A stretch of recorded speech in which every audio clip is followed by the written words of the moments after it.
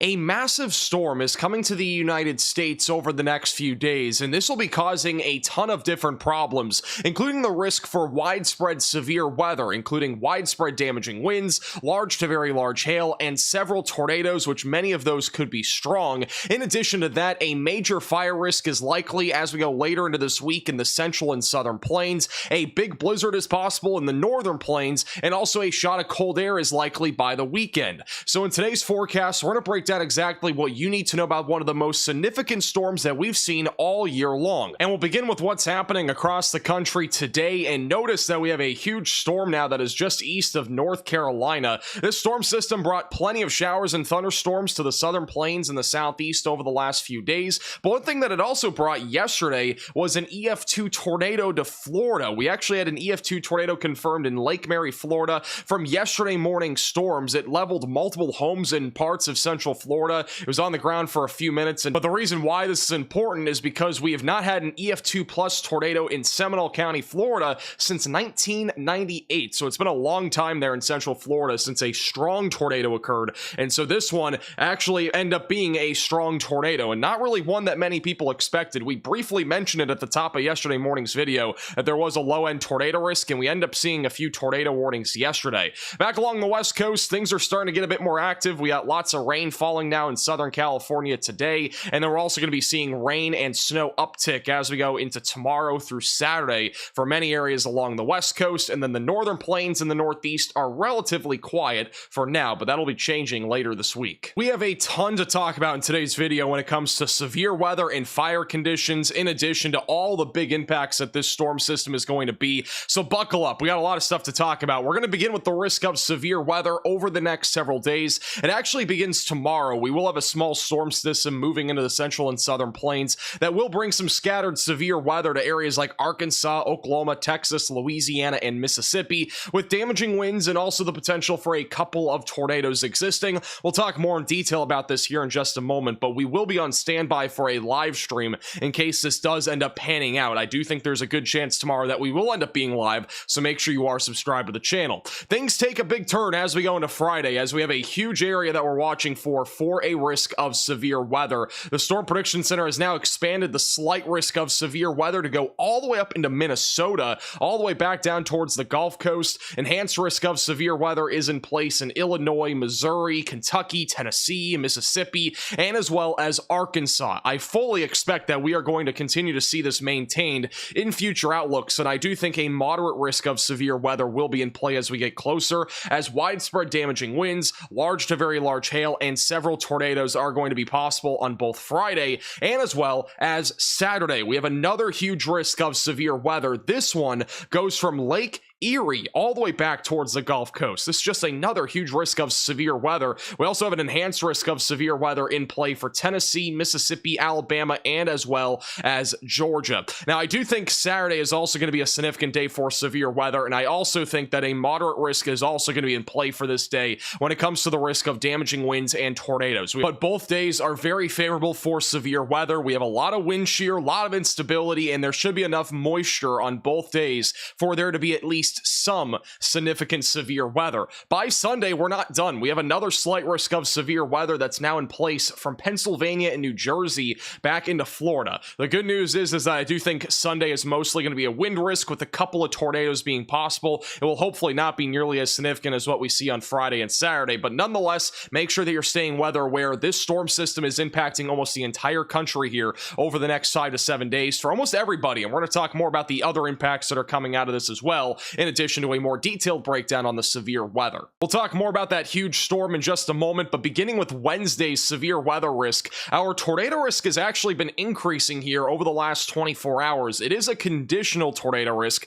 meaning it may or may not happen. However, if storms are able to fire off and there is enough low-level moisture, there is going to be a chance for a tornado or two across parts of East Texas, Southeast Oklahoma, and even back into Western Arkansas, where our tornado parameter values are on the rise. Some areas as high as 4 to 5. which does mean our amount of wind shear instability is definitely increasing in these areas. So definitely gonna be something to watch for during the very late afternoon hours tomorrow into the evening hours, and then that tornado risk will be lower as this continues to track east, but maybe still an isolated tornado risk existing even over into Louisiana and Arkansas.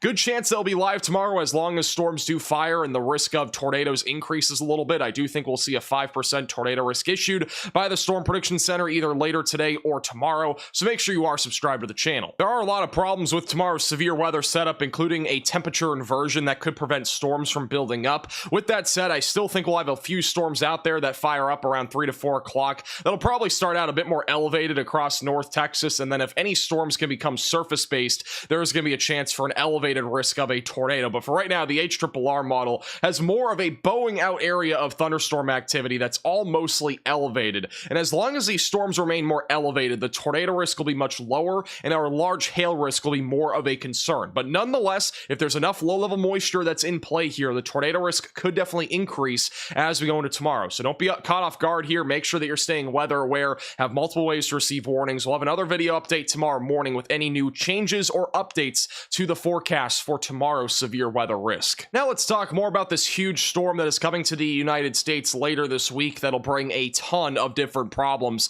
Beginning with what's happening tomorrow, there will be plenty of rain and snow that's happening along the west coast tomorrow. Flooding rainfall is likely in some areas. 1 to 3 inches of rain is possible, in addition to upwards of 4 to 5 feet of snow in the higher elevations there of the Sierra Nevada. And then by Friday, the storm system is moving over the Rockies and will rapidly intensify into a possible bomb cyclone, which means our pressure levels could drop 24 millibars in a 24-hour period, creating a very intense storm system across the Great Plains. Another storm system is likely to crash into the west coast as well on Friday, bringing even more snow and rain to the west coast. But again, this storm system is going to be a big problem. We're talking about high wind gusts across the entire Great Plains region. We could have wind gusts as high as 60 to 80 miles per hour, not including the risk for severe weather, by the way, back over in parts of Texas, Oklahoma, and Kansas on the daytime hours on Friday, which could lead to a major fire risk, which we're going to talk more about here in just a moment. But by around 5 to 6 o'clock Friday afternoon, severe weather is likely going to ramp up from the Mississippi River Valley back into Iowa.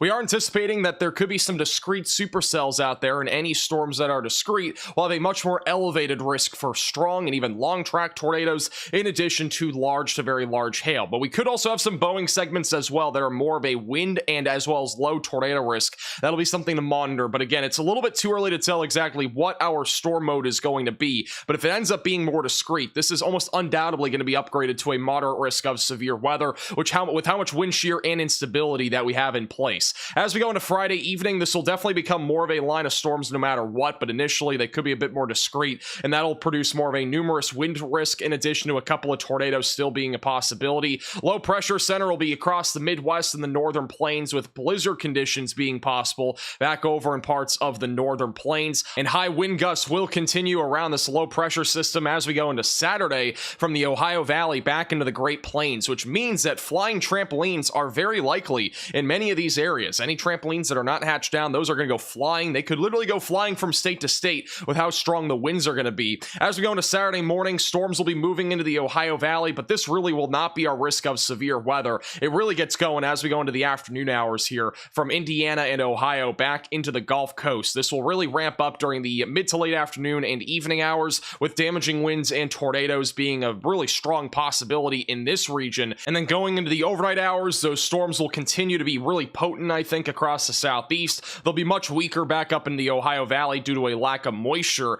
And then eventually by Sunday afternoon, showers and thunderstorms are possible across the entire East Coast, with a little bit more severe weather being a possibility before eventually this is all moving offshore as we go into late Monday and as well as into Tuesday. And then we probably won't have to wait long for another big storm system after that. But again, it's really too early to tell what's going to be happening after this massive storm system. Our severe weather setup for both Friday and Saturday continues to look more and more concerning. This is by Friday afternoon. We are going to have a very strong area of low to mid-level winds here across the deep south and back into the Midwest, which is going to allow for a lot of wind shear, and this is also going to lead to the potential for strong tornadoes, especially if we have discrete supercells out there. And in addition to that, this is going to be a negatively tilted trough, which means we're going to get a pretty strong moisture pull out of the Gulf, which should even lead to more buoyancy, essentially leading to a very favorable setup here for severe weather. If you combine that with all the instability that we are going to have, which is essentially storm fuel, we're going to have a lot of that really across Arkansas, Louisiana, and Texas Friday afternoon.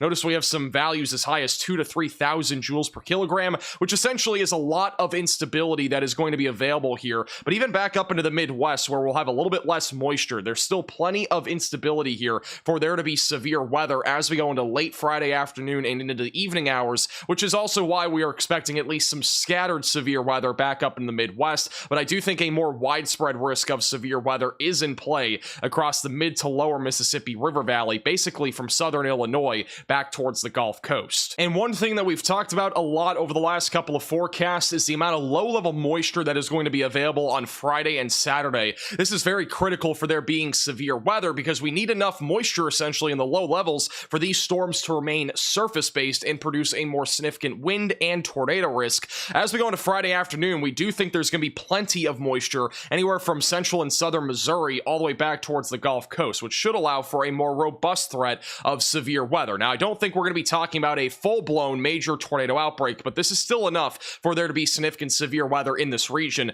The one area that continues to lack that moisture is the Midwest, with dew points in the low to mid 50s. If this is what we see on Friday, I don't really foresee there being a major tornado outbreak or anything like that in the Midwest. Instead, I would anticipate more of a wind risk, some large hail, and then perhaps a couple of tornadoes being possible if any storms are able to become a bit more surface-based. But still, the biggest problem right now for Friday is the amount of low-level moisture. Keep in mind that this does increase as we go into the late evening and overnight hours, which could actually spike the wind and tornado risk as we go into the late evening across the Midwest and the Deep South, which is definitely a trend that we're going to have to monitor closely. And then on Saturday, we should have plenty of low-level moisture from the Ohio Valley back into the Deep South, with dew points in the upper 50s and low to mid 60s, which is favorable for severe weather. And then on Sunday, I also don't really expect dew points to be an issue here in terms of low-level moisture. We should have plenty of that up and down the East Coast for there to be even more significant severe weather, including damaging winds and a few tornadoes. And something that I don't think is being talked about enough is the threat for significant wildfire conditions on Friday and Saturday.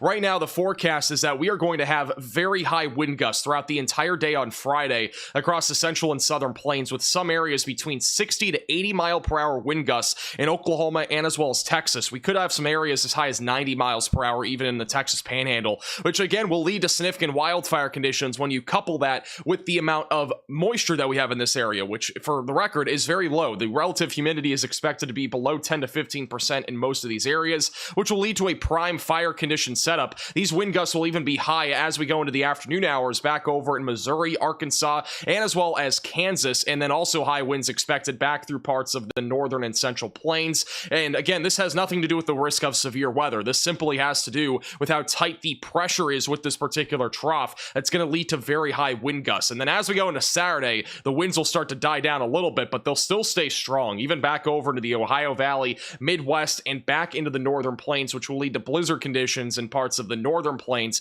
And then on Sunday, these winds continue to stay high across the entire East Coast. I'd have to give you all a slideshow presentation of all the fire risks that we have over the next few days. Instead of doing that, I'm just going to briefly show you the fire risk between now all the way through early next week. This is beginning with today, mainly in New Mexico and Texas. The risk increases across west and central Texas tomorrow with high winds and low relative humidity. Thursday, we see a slight break in the action, but still really a bigger threat back over New Mexico and far western Texas. Friday, I think, will be the most significant day, and I do think the fire risk will definitely increase. I do think an extremely critical risk is in play, which would be a 3 out of 3 on the fire scale. Keep in mind, there's only 3 risks that exist with this particular fire risk, and the highest would be our pink area, which I think we'll have one there on Friday. On Saturday, the risk is mostly across western and southern Texas, and then on Sunday, it continues in South Texas, and then on Monday, it increases once again for those in western Oklahoma and as well as West Texas. So please do your part. Make sure that you're preventing fires from developing and also spread the word about this. This will definitely be a major threat, especially on Friday. And a couple of big announcements before today's video ends. I do want to mention that if you're not already, please make sure you're following us on Facebook and Twitter,